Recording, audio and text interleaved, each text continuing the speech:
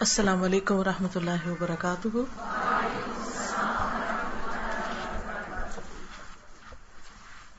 کیا حال ہے سب کا؟ الحمدللہ۔ نحمده ونصلی علی رسولہ الکریم، اما بعد فاعوذ باللہ من الشیطان الرجیم، بسم اللہ الرحمن الرحیم، رب اشرح لی صدری ویسر لی امری واحلل عقدۃ من لسانی یفقہوا قولی۔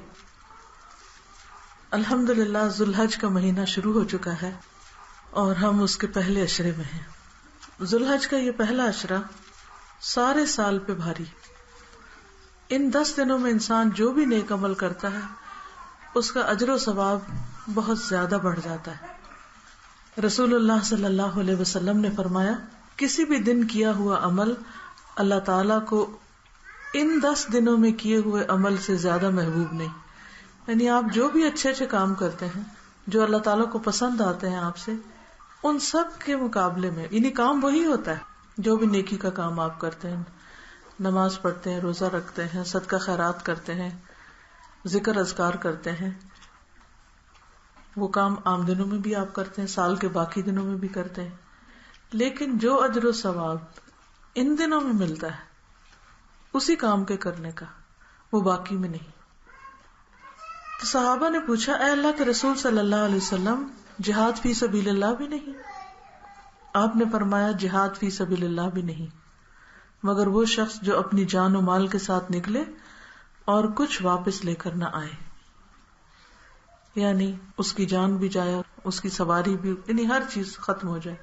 جیسے کبھی کوئی کریش ہو جاتا ہے نا جہاز وغیرہ، تو اس میں جہاز بھی جاتا ہے اور جہاز چلانے والا بھی اور انسٹرکٹر بھی اور سیکھنے والا بھی، سارے ختم ہو جاتے ہیں۔ تو وہ بالکل انیوژل سا واقعہ ہوتا ہے۔ تو اس کا درجہ اور اس کا مقام بہرحال اپنی جگہ ہے اور اس کا اجر بھی نیت کے ساتھ ہے، لیکن اس کے علاوہ کوئی کام جو سال بھر انسان کرتا ہے اس کے مقابلے میں جو ان دنوں میں کرتا ہے اس کا اجر و ثواب کہیں زیادہ ہے۔ یہ اللہ کی خاص رحمت ہے کہ اس نے ہمیں موٹیویٹ کرنے کے، ہمیں نیکیوں پر جمانے کے مختلف طریقے اور مختلف حربے بتائے ہیں۔ مثلاً ہماری عام طور پر مشکل کیا ہوتی ہے کہ ہم ایک کام شروع کرتے ہیں، کچھ عرصہ کرتے ہیں، اس میں روح بھی ہوتی ہے، خوشی سے بھی کرتے ہیں، دل لگا کے بھی کرتے ہیں، پھر ہم تھک جاتے ہیں، پھر وہ کام ہماری روٹین بن جاتا ہے، ایک مشینی عمل شروع ہو جاتا ہے، بس ہم ایک آٹومیٹک مشین کی طرح وہ کام کرنے لگتے ہیں اور اس میں کوئی روح باقی نہیں رہتی۔ پھر کیا ہوتا ہے؟ پھر رمضان آتا ہے، پھر دوبارہ سے ہر چیز تازہ ہو جاتی ہے، رمضان گزرتا ہے، پھر آہستہ آہستہ پھر ہم اس روٹین میں آنے لگتے ہیں۔ تو سال کے اختتام سے پہلے اللہ سبحانہ وتعالی ہمیں پھر ایک دفعہ اٹھا کھڑا کرتے ہیں کہ تم اور زیادہ شعور کے ساتھ اچھی طرح دل لگا کر اچھے کام کرو۔ اور جب ہمیں یہ پتہ چلتا ہے کہ ہمیں کسی بزنس میں 10% کی بجائے 1000% منافع ہونے لگا ہے تو پھر ہم اور زیادہ محنت کرتے ہیں۔ جیسے آپ نے دیکھا ہوگا کہ مختلف جو بزنسز ہیں ان کے کچھ مخصوص دن ہوتے ہیں جن میں سیل بہت ہوتی ہے۔ مثلا مٹھائی کی دکان، ان کی سیل کب ہوتی ہے زیادہ؟ عید کے دنوں میں، شادیوں پہ۔ جیولرز کی سیل شادیوں کے موسم میں۔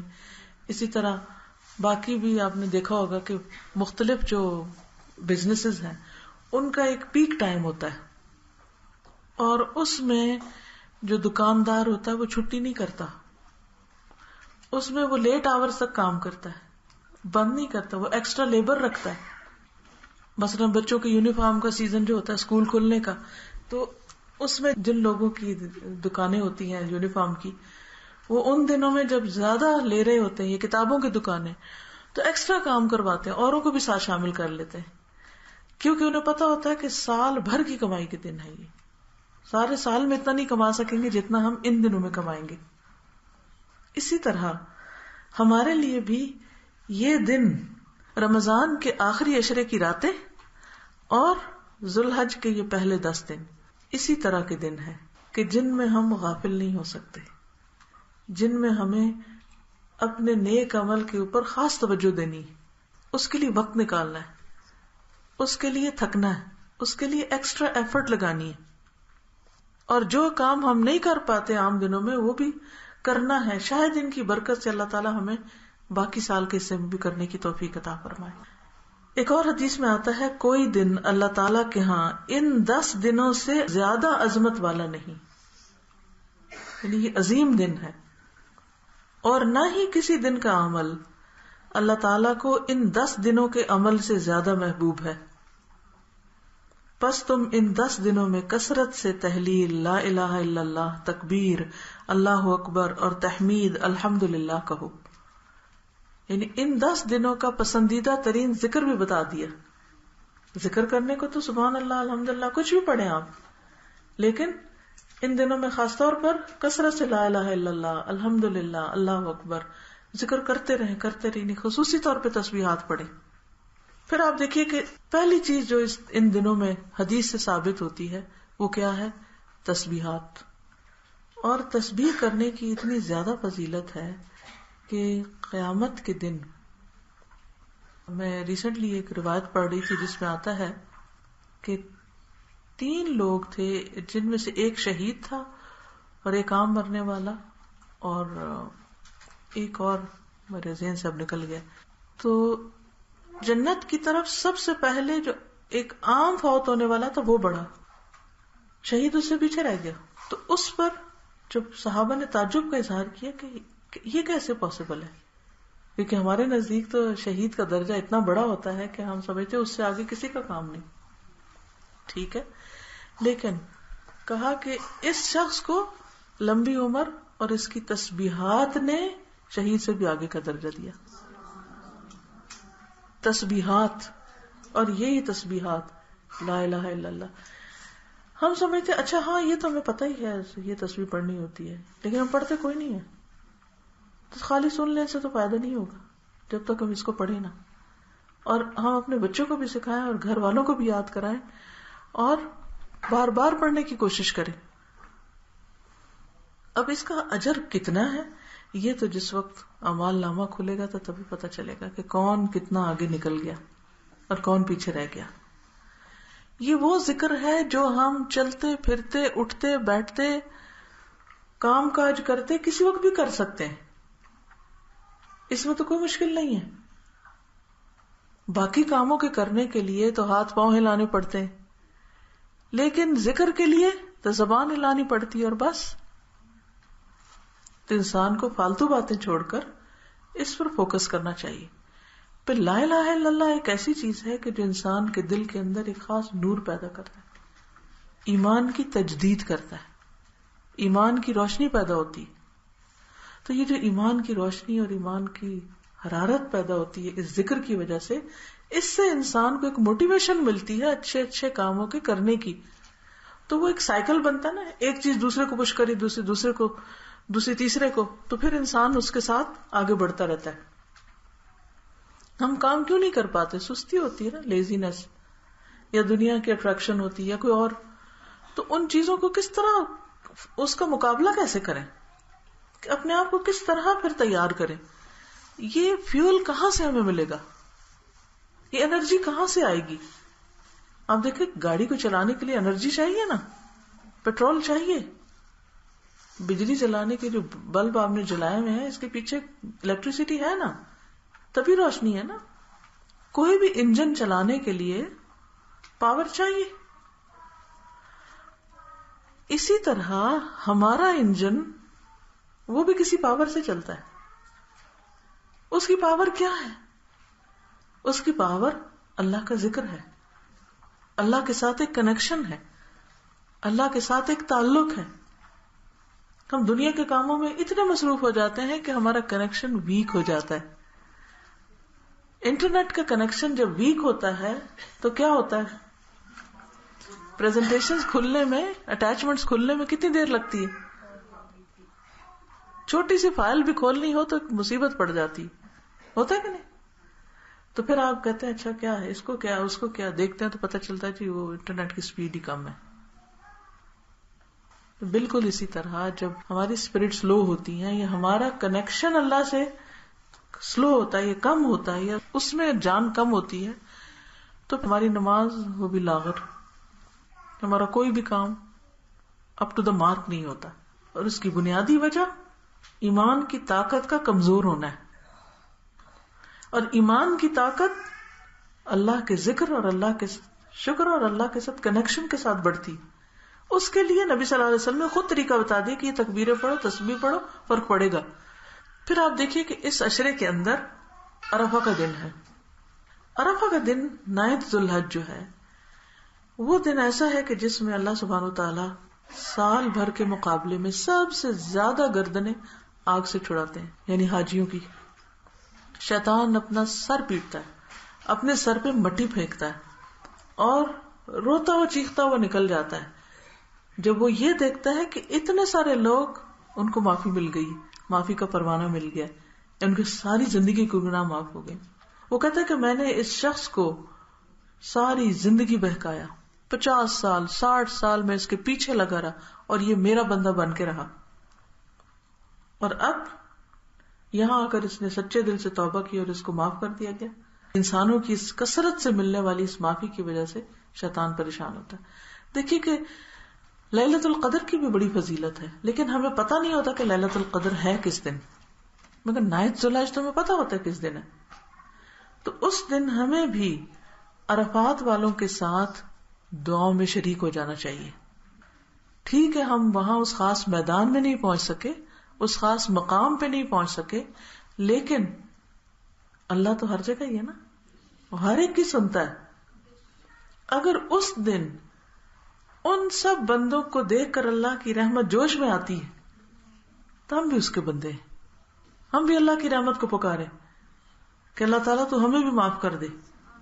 اگر ان کا نام تو انہیں بخشش کرنے والوں میں لکھا ہے اور ہماری حیثیت توفیق نہیں ہے وہاں پہنچنے کی، تو ہمیں یہاں معاف کر. اس لیے عرفہ کے دن میں خاص طور پر دعائیں استغفار کی، اور وہ زوال ظہر کے بعد.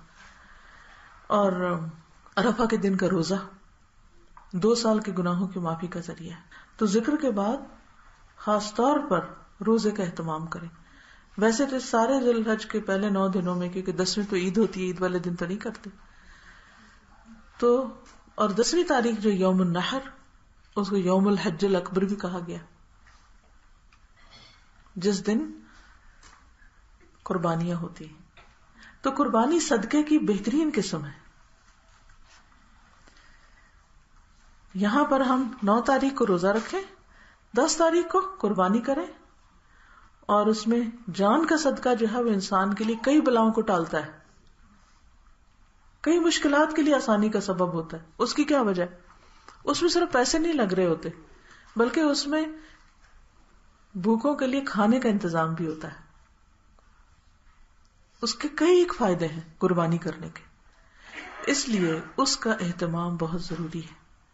اب کئی لوگ پوچھتے ہیں کہ ہم پہ لازم ہے یا نہیں، ہمارے پاس اتنا سونا کوئی نہیں، ہمارے پاس اتنا پیسہ کوئی نہیں، کئی ایک باتیں کرتے ہیں اور اسی کشمکش میں الجھے رہتے ہیں، پتہ نہیں مجھے میرے اوپر ہے یا نہیں. یہ بات نہیں ہے. بات یہ ہے کہ مجھے شوق ہے کہ نہیں کچھ کرنے کا. اگر آپ کو ایک انگوٹھی خریدنے کا شوق ہو تو آپ کو بیٹیاں ڈال کے انگوٹھی خریدیں گے. کوئی ڈیزائن پسند تو آ جائے، پھر آپ دیکھیں کیسے حاصل کرتے ہیں آپ اس کو. کچھ بھی پاپڑ بیل کے آپ اس کو حاصل کریں گے. مجھے یاد ہے اپنی ایک اسٹوڈنٹ کے بارے میں کہ اس کو ہیرے کی انگوٹھی کا بہت شوق تھا، اور وہ کہتی تھی اللہ نے میری زندگی میں ساری خواہشیں پوری کیا، میری یہ آخری خواہش ہے، اس کے لیے میں نے اب کام کرنا ہے. اور وہ کام کرتی تھی اور پیسے جمع کرتی تھی، اور پھر اس کے بعد انہوں نے خریدی، اور جس دن خریدی اس دن مٹھائی لے کر آئیں کہ دیکھو میں نے ہیرے کی انگوٹھی خرید لی. تو میں نے کہا کہ شوق کی بات ہے نا، کہ انہوں نے اپنے ساتھ ایک عہد کر لیا کہ یہ میں نے پہن کے چھوڑنی ہے. شوہر بعض اوقات نہیں لے کے دیتے، لیکن عورتوں کو عمومی طور پر زیورات کا شوق ہوتا ہے تو اپنے لیے بنا لیتی ہیں، کچھ نہ کچھ خریدتی رہتی ہیں، اور کچھ نہیں، جس کو جس چیز کا شوق ہے وہ کر لے گا. تو اگر ہیرے جواہرات سے ہماری محبت ہے تو اتنی محبت اگر اللہ تعالیٰ سے ہو جائے یا اس سے بڑھ کے ہو جائے تو یہ ہو نہیں سکتا کہ ہم قربانی نہ کریں، کسی طرح بھی کریں گے. نبی صلی اللہ علیہ وسلم بہت امیر تھے، بہت کچھ تھا آپ کے پاس، ہیرے جواہرات کے ڈھیر تھے، کہ اس کے بعد وہ کہتے ہیں ہاں اب میں ایک حصہ گائے میں ڈال دیتا ہوں، بڑا احسان ہے. آپ کو معلوم ہے کہ حضرت ابوبکر صدیق رضی اللہ تعالیٰ عنہ کو جب آپ نے امیر حج بنا کے بھیجا تو ان کے ساتھ 20 اونٹ بھیجے قربانی کرنے کے لیے اپنی طرف سے. اور جس سال آپ خود حج پہ گئے 100 اونٹ قربان کیے. 100 اونٹ. سوچے ذرا, یعنی 100 اونٹ کی لائن بھی آپ سوچے نا, اور گننا ہی صرف شروع کر دیں تو بھی آپ دیکھیں کہ کتنا مشکل ہو جائے. ہمارے یہاں تو پورے خاندان میں 1 اونٹ نہ ہو, کیونکہ ہم نے تو وہ پیسے کہیں اور لگائے ہوئے. اب آپ دیکھیے کہ ہر شخص کی اپنی کچھ پرائرٹیز ہوتی ہیں. کسی کو دنیا کمانی, کسی کو آخرت کمانی. کچھ دنیا کے لیے کام کرنے والے تو کچھ آخرت کے لیے کرنے والے ہوتے. ہمیشہ ہمیں ایک بات یاد رکھنی چاہیے کہ دنیا کے لیے کام تو کرنا ہے, مگر آخرت والآخرت خیر و ابقا, وہ بہتر بھی ہے اور باقی رہنے والی بھی ہے. دنیا کی جتنی بھی چیزیں ختم ہو جائیں گی, بلکہ دنیا کے ایسے شوق پیدا کریں جو آپ کی آخرت کے لیے مددگار ہوں. جیسے سلیمان علیہ السلام نے کہا تھا, انی احببت حب الخیر عن ذکر ربی, میں نے مال کی محبت اپنے رب کی یاد کی وجہ سے اختیار کی. یہ گھوڑے جو ہیں یہ مجھے رب کی یاد دلاتے ہیں. تو ہر شخص جانتا ہے کہ کس طریقے سے وہ اصل مقصد کو پورا کرے. تو بہرحال اس عشرے کی فضیلت اس وجہ سے بھی زیادہ ہے کہ اس میں ساری عبادتیں اکٹھی ہو جاتی ہیں. نماز, روزہ, حج, زکوٰۃ یا صدقہ, اور صدقے میں بھی بہترین صدقہ یعنی جان کا صدقہ, جانوروں کی قربانی کا صدقہ, جو مشرق سے مغرب تک کے مسلمان جو ہیں وہ کسی نہ کسی طرح اس کو پورا کرتے ہیں. اور پھر خاص طور پر ذکر الہی, کثرت کے ساتھ اللہ کا ذکر اور تکبیرات. صحابہ کرام جو تھے وہ بازار میں نکل جاتے تھے صرف اونچی بلند آواز سے تکبیریں پڑھنے کے لیے, تاکہ ان کو دیکھ کے باقی لوگ بھی. بعض صحابہ جو تھے چھت پہ چڑھ جاتے تھے, اس زمانے میں لاؤڈ اسپیکر جو نہیں ہوتے تھے, اور بلند آواز سے تکبیریں پڑھتے تھے تاکہ نیچے جو گزر رہے ہیں اور باقی لوگ ہیں وہ بھی پڑھیں. تو کوشش یہ کریں کہ گھر کے اندر ٹیپ پر یا کمپیوٹر پہ یا کہیں نہ کہیں لگا دیں, کیونکہ آپ کو کہیں گے نا اچھا تکبیر پڑھو تکبیر پڑھو تو پھر الجھیں گے لوگ. لیکن اگر آپ پلے کر دیں گے تو اس سے کیا ہوگا کہ وہ خود ہی وہ بھی ساتھ بولنا شروع کر دیں گے, اور ایک ایمان میں عجب اضافہ ہوتا ہے. آپ نے کبھی عید پڑھی ہو تو عیدگاہ میں تکبیریں پڑھی جا رہی ہوں, یا پھر حرم سے تکبیرات جو آتی ہیں, اگر آپ ان کو سنیں تو آپ کا ایک دم ایمان تازہ ہوگا, ایک دم آنسو آنے لگیں گے. اللہ کی ہر کوئی اللہ کی بڑائی بیان کر رہا ہے. تو یہ بہت ضروری ہے کہ ہم ان دنوں میں جانوروں پر بھی اللہ کا نام لیں, زبان پر بھی ہمارے اللہ کا نام, یعنی اللہ کے نام کی بڑائی بیان کریں, اللہ اکبر کہیں. پھر اسی طرح یہ ہے کہ عید کا خاص اہتمام کریں تاکہ بچوں کو بھی فیل ہو کہ یہ ہماری خوشی کا دن ہے. جس دن جو کام کرنے کے لیے کہا جاتا ہے اس کو کرنا ہی تو عبادت ہے. عید پر خوش ہونا, کھانا پینا, اچھے کپڑے پہننا, خوشبو لگانا, نماز پڑھنے کے لیے جانا, گھر والوں کو ساتھ لے کے جانا, خطبہ سننا وہاں پر. یہ نہیں کہ نماز ہوئی اور باتوں میں لگ گئے, میل ملاقات, امام خطبہ دے رہے ہیں لوگ گلے مل رہے ہوتے ہیں. ان چیزوں سے بچنا چاہیے. اس وقت جب خطبہ سننا تو خطبے پر ہی توجہ ہو, اور جب ملاقات کرنی ہے تو ڈھونڈ ڈھونڈ کے سب کو ملے اور ایک ایک سے ملاقات کریں, خود آگے بڑھ کر ملاقات کریں. یہ نہ ہو کہ آپ انتظار کریں کہ اچھا کوئی آئے تو پھر اسی طرح گوشت کی تقسیم غریبوں کو بھی دیں, اپنے لیے بھی رکھیں, پکائیں, کھائیں, دیں, دلائیں, جو بھی ہو. تو یہ ساری چیزیں اجر اور ثواب کے کام ہیں. اور پھر یہ جب 10 دن پورے ہو جاتے ہیں تو پھر بھی ایک دم سب کچھ نہیں ختم کر دیں. پھر اگلے 3 دن جو ہے ایام تشریق کہلاتے ہیں. ایام تشریق 11, 12 اور 13, جن دنوں میں حاجی حضرات مینا میں تشریف فرما ہوتے ہیں. اس کے بارے میں آتا ہے کہ نبی صلی اللہ علیہ وسلم نے فرمایا کہ ایام تشریق کھانے پینے اور اللہ کا ذکر کرنے کے دن ہے. ان دنوں کے 2 کام ہیں, کھائیں پیئیں, عید منائیں, پارٹیز کریں, گوشت پکائیں, طرح طرح کی ڈشز بنائیں, کھائیں کھلائیں, اور ساتھ اللہ کا ذکر نہ بھولیں. تکبیرات بھی ساتھ ساتھ پڑھیں اور آنے والوں کو بھی پڑھائیں, تب مل کے بھی پڑھیں, اکیلے اکیلے بھی پڑھیں, اللہ کا ذکر کریں. کیونکہ ہم بیلنس نہیں قائم رکھ پاتے. تکبیروں کو لگتے ہیں تو کھانا پینا بھول جاتے ہیں، کھانے پینے کو لگتے ہیں تو تکبیرات بھول جاتے ہیں. تو ان دونوں چیزوں کو ساتھ لے کے چلنے کی ضرورت ہے. ٹھیک ہے.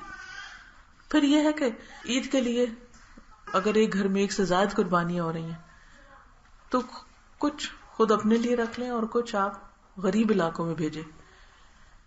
اب مثلاً آپ دیکھیے کہ مجھے نہیں پتا پنڈی میں کون سا علاقہ امیر ہے کون سا غریب، لیکن مثلاً لاہور میں ڈیفینس ہے یا کراچی میں ڈیفینس ہے، تو اب ڈیفینس میں جو لوگ رہتے ہیں وہ تو ہر گھر قربانی کر رہے ہوگے، لیکن اس کے مقابلے میں کوئی جو غریب کچی بستی ہے وہاں کتنے لوگ قربانی کر سکیں گے؟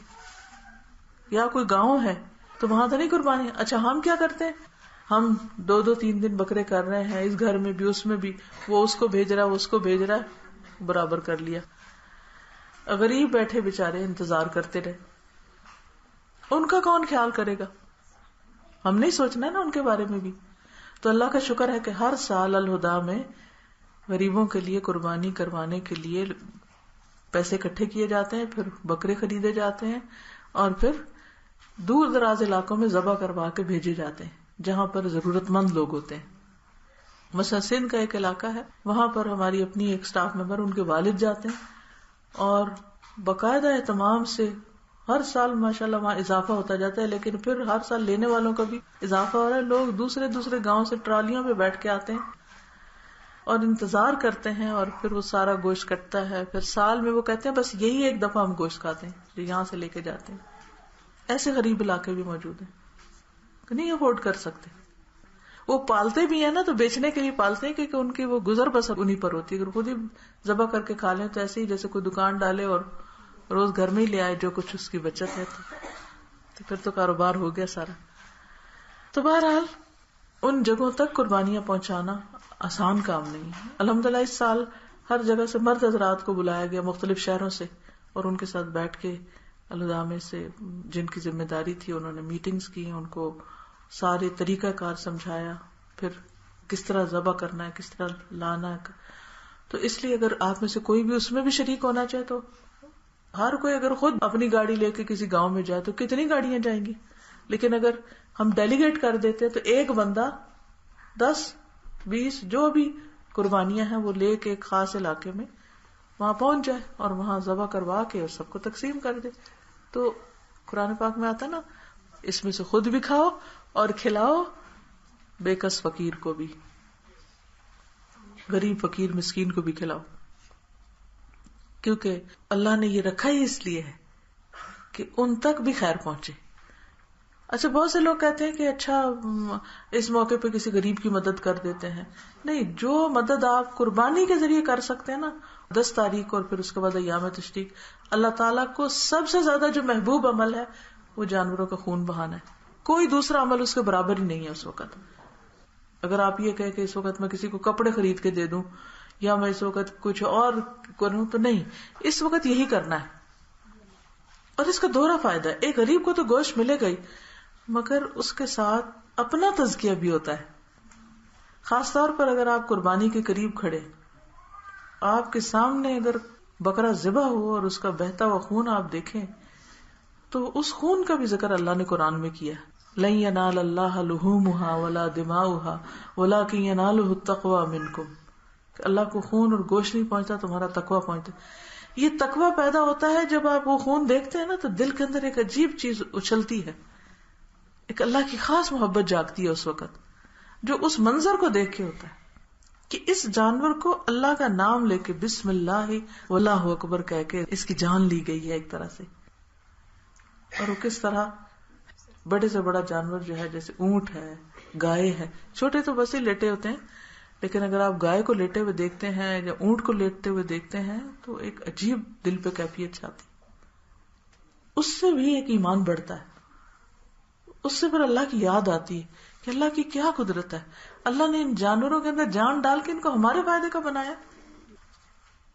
ایک تو اتنا ڈیڈ چیز ہوتی ہے اس کے اندر کوئی جان نہیں، جہاں پڑی ہے پڑی، وہ ٹوٹ جائے کچھ ہو جائے تو اتنا ہوتا ہے مگر اتنا نہیں. لیکن ایک جان جب خاص طور پر گڑ گڑ جب اس کے گلے میں ہو رہی ہوتی ہے تو انسان کو اپنی موت بھی یاد آتی ہے. اور کئی چیزیں ہوتی ہیں، آپ اس کا تجربہ کریں. صحابیات اپنے ہاتھوں تک سے قربانی کرتی تھی، اور اس سے انسان کے اندر ایک جرأت بھی آتی, ایک خوف ختم ہوتا ہے. وہ بعض لوگ کہتے ہیں نا, ہائے ہائے میں خون نہیں دیکھ سکتی. تو اگر ہر سال قربانی کا بچپن سے ہی آپ دیکھ رہے ہیں تو دیکھ لیں گے, کیونکہ کچھ چیزیں ایسی ہوتی ہیں زندگی میں آپ کو نہیں پتا کہ کہاں کیا دیکھنا پڑ جائے, تو مر جائیں گے ان کو دیکھ کے. بہادر ہونا چاہیے مومن کو, بزدل نہیں ہونا چاہیے. تو یہ اللہ تعالیٰ نے ہمیں بہت کچھ سکھانے کا ایک نظام قائم کیا ہے, اس کو فالو کرنے میں ہی ہماری بھلائی ہے. اس کے مقابلے میں خود ساختہ طریقے مت ایجاد کریں کہ یہ کام ایسے نہیں ہم ویسے کر لیتے ہیں, اور اپنی عقل کو اللہ کی وزڈم کے اوپر مت ڈالیں کہ اس کو اوپر نہیں کریں. اللہ کی وزڈم اور اللہ کی جو حکمت ہے اس کے مختلف احکامات کی, وہ ہمیں سامنے رکھنی چاہیے. اور ان لوگوں کو وارننگ بھی دی گئی جن کو قربانی کی وسعت ہے اور پھر وہ وسعت کے باوجود قربانی نہ کریں. وہ حدیث میں آتا ہے نا کہ نبی صلی اللہ علیہ وسلم نے فرمایا جو وسعت کے باوجود قربانی نہ کرے پھر وہ ہمارے مصلی پہ نہ آئے, اس کو نماز کا بھی فائدہ کوئی نہیں, کیونکہ نماز کے ساتھ قربانی کا ذکر کیا گیا قرآن مجید میں. قل ان صلاتی ونسکی ومحیایا ومماتی للہ رب العالمین, کہہ دیجئے بے شک میری نماز اور میری قربانی, میرا جینا اور میرا مرنا اللہ رب العالمین کی. اب آپ دیکھیے صلاتی اور نسکی, صلات کے ساتھ محیایا اور نسکی کے ساتھ مماتی, کیونکہ قربانی کے ساتھ مماتی, جیسے جانور جا رہا نا ایسے مماتی میں نے بھی مرنا ہے. اور اس سے صلات جو ہے جب تک زندگی ہے آخری دموں تک آپ کو نماز پڑھنی ہے, اس سے فراغت نہیں ہے. للہ رب العالمین, سب کچھ اللہ کے لیے خالص نیت کے ساتھ, صرف اللہ کی رضا کے لیے سب کچھ کرنا ہے. اور پھر یہ سنت ہے ابراہیم علیہ السلام کی. صحابہ نے پوچھا تھا کہ ما هذه الاضاحی, یا رسول اللہ صلی اللہ علیہ وسلم یہ قربانیاں کیا چیز ہے, یہ کیوں جانور قربان کرتے ہیں ہم؟ تو فرمایا سنت ابیکم ابراہیم, تمہارے باپ ابراہیم کی سنت ہے, ان کا طریقہ ہے, انہوں نے یہ طریقہ اختیار کیا تھا. وہاں سے شروع ہوئی تھی ایک طرح سے یہ ریگولر بیسس پہ قربانی کی جانے, ورنہ پہلی شریعتوں میں بھی تھی. حابیل قابیل کی قربانی کا ذکر آپ نے قرآن مجید میں پڑھا ہوگا, سنا ہوگا. اور وہ آدم علیہ السلام کے بیٹے تھے. اس سے یہ پتا چلتا ہے کہ بہت ارلیسٹ اسٹیج پر قربانی کا حکم تھا, اور اس کے بعد بھی قربانیاں ہوتی رہی, کیونکہ اللہ نے ان جانوروں کو بنایا ہمارے لیے. تو جب ہم عام دنوں میں ذبح کر کے گوشت کھاتے ہیں تو پھر ایک خاص موقع پر اللہ کے لیے اس کو ذبح کرتے ہیں. اور وہاں تو ابراہیم علیہ السلام نے تو اپنا بیٹا ذبح کیا تھا جس کو اللہ نے بچا لیا. کس طرح اس کو اپنے ساتھ لے کے جاتے ہیں اور مکہ سے نکل جاتے ہیں اور مینا جاتے ہیں کئی میل دور چلتے چلتے, ظاہر ہاتھ میں چھری بھی ہوگی اور بیٹا بھی ساتھ جا رہا ہوگا, اور بیٹا بھی بڑھاپے میں ملا اور وہ اب ینگ ٹین ایجر ہے. اس ایج کے بچے جو ہوتے ہیں جو بالکل ینگسٹرز ہوتے ہیں وہ ایک ماں باپ کے دلوں میں خاص تنگ بھی کریں پھر بھی بہت پیار ہوتا ہے ان کے ساتھ. اور ابراہیم علیہ السلام تو کبھی کبھار آتے تھے وہاں, وہ تو ماں نے ہی پالا تھا بیٹا, اور پھر ماں نے بھی کچھ نہیں کہا. اچھا اللہ کا حکم ہے, بیٹے سے پوچھا اچھا تم کیا کہتے ہو. اس سے بھی پتا چلتا ہے کہ جب بچے جوان ہو جائیں تو ان سے مشورہ کرنا چاہیے, ان کو اگنور نہیں کرنا چاہیے. اگرچہ انہوں نے خواب دیکھی, اللہ کا حکم سمجھا, لیکن بیٹے سے پہلے پوچھا کہ اے بیٹے تم کیا چاہتے ہو, کیا کروں؟ تو انہوں نے کہا یا ابت افعل ما تؤمر, آپ وہ کر لیں جو اللہ نے آپ کو حکم دیا, میں حاضر ہوں اس کے لیے. تو انہوں نے اس کو الٹا لٹا دیا اور پھر اس کے اوپر چھری پھیری. وَنَادَيْنَاهُ أَن يَا إِبْرَاهِيمُ قَدْ صَدَّقْتَ الرُّؤْيَا, تو امتحان میں کامیاب ہو گیا, اپنا خواب سچ کر دکھایا. اور پھر اس کی جگہ وَفَدَيْنَاهُ بِذِبْحٍ عَظِيمٍ, ہم نے ایک عظیم قربانی کے ساتھ اس بچے کو بچا لیا, یعنی فدیہ دے دیا اس کا. یہ سورۃ الصافات کی آیات ہیں جس میں اللہ تعالیٰ فرماتے ہیں اور ابراہیم علیہ السلام نے کہا میں اپنے رب کی طرف جاتا ہوں, ان قریب وہ میری رہنمائی کرے گا. اے میرے رب مجھے صالحین میں سے اولاد عطا کر. یعنی ابھی بچہ نہیں ہوا, یہ اس وقت کی بات ہے. تو ہم نے اس کو ایک حلیم بردبار لڑکے کی بشارت دی. یہ جو حلم ہے نا, ٹھہراؤ, برداشت اور اچھی طرح کام کرنا, یعنی سوچ سمجھ کے کرنا, ٹھنڈے دل دماغ سے, یہ صفت بھی اللہ کو بڑی پسند ہے. اسی لیے اسماعیل علیہ السلام کے لیے اللہ تعالیٰ فرماتے ہیں کہ ہم نے اس کو حلیم بچے کی بشارت دی. صرف بچہ نہیں, حلیم. اچھا یہ حلیم کیا ہے, یعنی ٹھہراؤ کیا ہے؟ یہ ٹھہراؤ یہ ہے کہ ایک وفد تھا, وفد عبد القیس, بحرین کی طرف سے یہ وقت آیا تھا نبی صلی اللہ علیہ وسلم کی خدمت میں، اور بہترین وقت قرار پایا. یہ لوگ مدینہ آئے کافی مسافت طے کر کے. جب مسجد نبی کے قریب پہنچے اور حضور صلی اللہ علیہ وسلم کو دیکھا تو سواریوں سے کود پڑے اور سب آپ کے پاس فوراً پہنچ گئے ملاقات کرنے کے لیے. لیکن جو ان میں سب سے کم عمر تھے، ان کا نام الاشج تھا، وہ پیچھے رہے. انہوں نے سواریوں کو باندھا، 2 کپڑے نکالے، کپڑے تبدیل کیے اور بہت آرام سے نبی صلی اللہ علیہ وسلم کے پاس پہنچے. تو آپ نے فرمایا کہ تم میں 2 خوبیاں ایسی ہیں جو اللہ تعالیٰ کو بہت محبوب ہیں، الحلم والانات. حلم بردباری اور انات ٹھہر کے کام کرنا، یعنی آہستگی اور یعنی سوچ سمجھ کے کام کرنے کی صلاحیت. یہ اللہ کو بڑی محبوب ہے. حالانکہ وہ سب سے کم عمر تھے وقت میں. اور یہاں بھی بچہ جو ہوگا وہ حلیم ہوگا. آپ نے دیکھو کہ کچھ بچے بڑے ہی ہائپر ہوتے ہیں اور کچھ بچے بڑے سمجھدار ہوتے ہیں. بچپن سے ہی پتہ چلتا ہے کہ ان کے اندر ایک خاص سمجھداری ہے. تو ٹھیک ہے، بچہ ہونے کے ناطے شرارتیں کرتے ہیں وہ بھی، لیکن بڑا فرق ہوتا ہے. تو ہم نے اس کو حلیم لڑکے کی بشارت دی. یہ حلم کیا ہوتا ہے؟ حلم ہوتا ہے کہ جب آپ کے ساتھ کوئی جہالت برتے، جب آپ کے ساتھ کوئی زیادتی کرے تو اس وقت آپ جذباتی نہ ہو بلکہ صبر کے ساتھ اس کی بات سن لیں اور ٹھنڈے دل سے سارے پہلوؤں پہ غور کر کے پھر آپ اس کے بعد جواب دیں. کبھی ایسا ہوا کہ آپ کے کسی بچے نے کہا کہ ماما ریلیکس؟ اس کو کہتے ہیں حلم والا ہونا. ٹھیک ہے، تو اللہ تعالیٰ نے ان کو اتنا پیارا بچہ دیا. وہ لڑکا جب اس کے ساتھ دوڑ دھوپ کرنے کی عمر کو پہنچ گیا، یعنی بڑے ہو گئے بچہ، تو ابراہیم نے کہا بیٹا میں نے خواب میں دیکھا کہ میں تجھے ذبح کر رہا ہوں، تیرا کیا خیال ہے؟ اس نے کہا اے میرے ابا جان، جو آپ کو حکم دیا گیا کر ڈالیے، آپ انشاءاللہ مجھے صابروں میں سے پائیں گے. تو جب ان دونوں نے اطاعت کی اور اسماعیل کو ماتھے کے بل گرا دیا اور ہم نے ندا دی کہ اے ابراہیم تو نے خواب سچ کر دکھایا، بے شک ہم نیکی کرنے والوں کو ایسی ہی جزا دیتے ہیں. بے شک البتہ یہ ایک بہت واضح امتحان تھا، بلاؤں مبین، کھلی کھلی آزمائش، اور ہم نے ایک بڑی قربانی کے ذریعے اس کا فدیہ دیا. یعنی جبرائیل علیہ السلام ایک اور مینڈا لے کر آگے، اور جب ابراہیم علیہ السلام نے آنکھوں سے پٹی اتاری تو بیٹے کی جگہ مینڈا ذبح ہو چکا تھا، اور ہم نے بعد والوں میں اس کا ذکر خیر قائم کر دیا. تو جو انسان قربانی کی سطح پہ جیتا ہے، قربانیاں کرتا ہے، اس کا ذکر خیر ہر جگہ ہوتا ہے. مثلا خاندان میں آپ نے دیکھا ہوگا کہ جو بہو اپنی ساس کی خدمت کرتی ہے، اپنی جوانی اس میں قربان کرتی ہے، یا جو ماں بیوہ ہو کر بچوں کے لیے قربانیاں کرتی ہے، تو سارے لوگ اس کا ذکر خیر کرتے ہیں کہ یہ بہت بھلی مانس عورت ہے، اس نے بڑی قربانیاں کی ہیں. یا کوئی بچے یتیم ہو کے کسی کے گھر میں آ جاتے ہیں اور ان کے لیے لوگ اپنے بچوں کا پیٹ کاٹ کے ان کو دیتے ہیں، تو یہ بڑی قربانی کی بات ہوتی ہے. تو قربانی ایک ایسی چیز ہے، کسی بھی انسان کے لیے آپ کریں تو وہ آپ کا احسان مانے گا.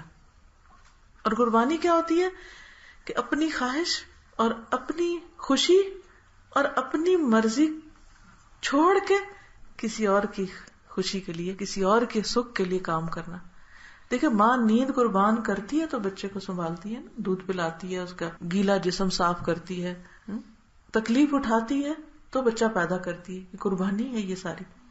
تو جو اللہ کے لیے قربانی کریں، فصل لربک وانحر، اپنے رب کے لیے نماز پڑھو اور اپنے رب کے لیے قربانی. یہاں بھی آپ دیکھ رہے ہیں نماز کے ساتھ قربانی کا ذکر ہے. تو قربانی اتنی اہم عبادت ہے کہ انسان کے اندر واقعی خوبصورت جذبات پیدا کر دیتی ہے. تو اس لیے شوق سے قربانی کرنی چاہیے، بوجھ سمجھ کے نہیں، اور بہت زیادہ بال کی کھال اتار کے اس سے بچنے کی کوشش نہیں کرنی چاہیے. کیونکہ یہ تو محبت کا، تو آپ کو کسی کو تحفہ دینا ہو تو آپ کیا کرتے ہیں؟ آپ پوچھتے ہیں کہ میں صاحب نصاب ہوں تو پھر تحفہ دوں. اس کو تو ہم نہیں کہتے کہ، اس کو تو ہم کہتے ہیں کہ نہیں بھائی جس کو جو دینا ہے دینا ہے، یہ تو دینا ہے، اب عزت کا سوال ہے. تو بہرحال خلاصہ کلام یہ ہے کہ یہ دن بڑی کمائی کے دن ہے، ان میں غفلت نہیں برتنی، ان میں عام دنوں کی نسبت زیادہ عبادت کی کوشش کریں. چاہے سارے دن روزہ رکھیں، یعنی جتنے بھی دن ہیں، صدقہ خیرات زیادہ کریں یا ذکر زیادہ کریں، یعنی کچھ نہ کچھ کریں. صحیح سارے دنوں پہ بھاری ہیں، پورے سال کی کمائی کے دن ہے ایک طرح سے. جیسے رمضان کی راتیں جاگ جاگ کے آخری عشرے کی آپ نے کمائی کی اعتکاف کر کے، اسی طرح یہ دن ڈے ٹائم جو ہے ان کا یہ افضل ترین ٹائم ہے. اس سے فائدہ اٹھائیں. اللہ تعالی ہم سب کو نیک ہدایت دے اور ہم کو عمل کی توفیق دے. وآخر دعوانا الحمدللہ رب العالمین. کیا جو لوگ مر جاتے ہیں ان کی قربانی دی جا سکتی ہے؟ بالکل دی جا سکتی ہے. ایک روایت میں آتا ہے کہ نبی صلی اللہ علیہ وسلم نے حضرت علی سے کہا تھا کہ میرے بعد تم میرے حصے کی قربانی کرنا، اور وہ جب تک زندہ رہے حضرت صلی اللہ علیہ وسلم کے لیے قربانی کرتے رہے. اس عشرے میں بالوں اور ناخنوں کا کاٹنا منع ہے، جبکہ چہرے کے غیر ضروری بال جو بہت ہی شرمندگی کا باعث ہے ان کا کیا کیا جائے؟ یہ اکثریت کی پریشانی. کچھ نہیں ہوتا 10 دن، کیا شرمندگی؟ جو ہماری حقیقت ہے وہ ہے. اور آپ دیکھیے کہ اب تو گزر گیا، ورنہ آخری دن میں اگر آپ کر لیں تو 8 دن گزر ہی جاتے ہیں، نکل ہی جاتے ہیں. میں کوئی سوچتی ہوں کہ کبھی اتنے کانشیس ہم اپنے گناہوں کے بارے میں ہو جائیں نا کہ گناہ ہمارے شرمندگی کا باعث ہے اللہ کے سامنے، اور قیامت کے دن رسوائی کا باعث ہے. تو ہم کتنی الرٹ زندگی گزاریں. یہ ان بالوں سے زیادہ بڑا مسئلہ ہے. تو ہمیں کیا کرنا ہے؟ بس کوئی بات نہیں، 8-10 دن اعتکاف کر لیں، نہ جائیں لوگوں کے پاس جو آپ کو شرمندہ کریں. یہ کچھ کارڈز ہیں جیسے تکبیرات کے، یہ بھی گھر میں یاد دہانی کے لیے آپ لگا سکتے ہیں. سب کو تحفہ دیں، آپ آگے صدقہ کریں تاکہ لوگوں کو فائدہ پہنچے. یہ حضرت اسماعیل کی قربانی کی نظم ہے، یہ بھی بڑی خوبصورت ہے، پڑھ کے سنائیں بچوں کو. اور کیونکہ قربانی کا بھی اصل مقصد تقویٰ کا حصول ہے، تو تقویٰ کی دعائیں ہیں.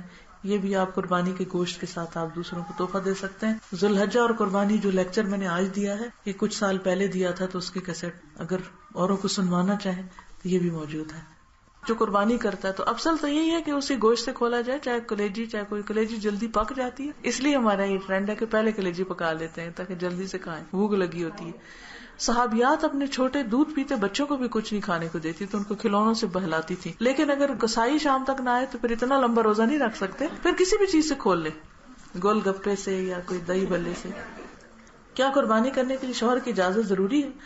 شوہر کو ہر چیز میں اعتماد میں لیا کریں، چوری چوری کام نہ کیا کریں، پھر گھر میں لڑائیاں پڑتی ہیں. ٹھیک ہے، اوکے. سبحان اللہ والحمد للہ ولا الہ الا اللہ واللہ اکبر ولا حول ولا قوة الا باللہ العلی العظیم. اللہم صلی علی محمد وعلی آل محمد کما صلیت علی ابراہیم وعلی آل ابراہیم انک حمید مجید. اللہم بارک علی محمد وعلی آل محمد کما بارکت علی ابراہیم وعلی آل ابراہیم انک حمید مجید. ربنا آتنا فی الدنیا حسنۃ وفی الآخرۃ حسنۃ وقنا عذاب النار. ربنا لا تزغ قلوبنا بعد إذ هديتنا وهب لنا من لدنك رحمة إنك أنت الوهاب.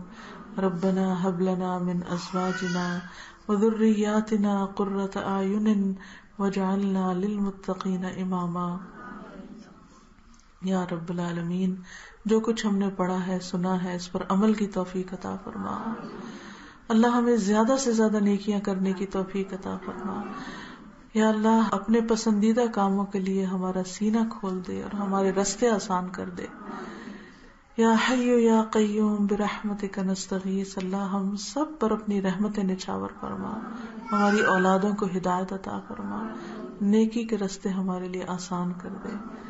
لا الہ الا اللہ وحدہ لا شریک لہ، لہ الملک ولہ الحمد وہو علی کل شیء قدیر. لا حول ولا قوة الا باللہ. لا الہ الا اللہ لا نعبد الا ایاہ. لہ النعمۃ ولہ الفضل ولہ الثناء الحسن. لا الہ الا اللہ مخلصین لہ الدین ولو کرہ الکافرون. یا اللہ پاک تمام بیماروں کو صحت کاملہ عطا فرما.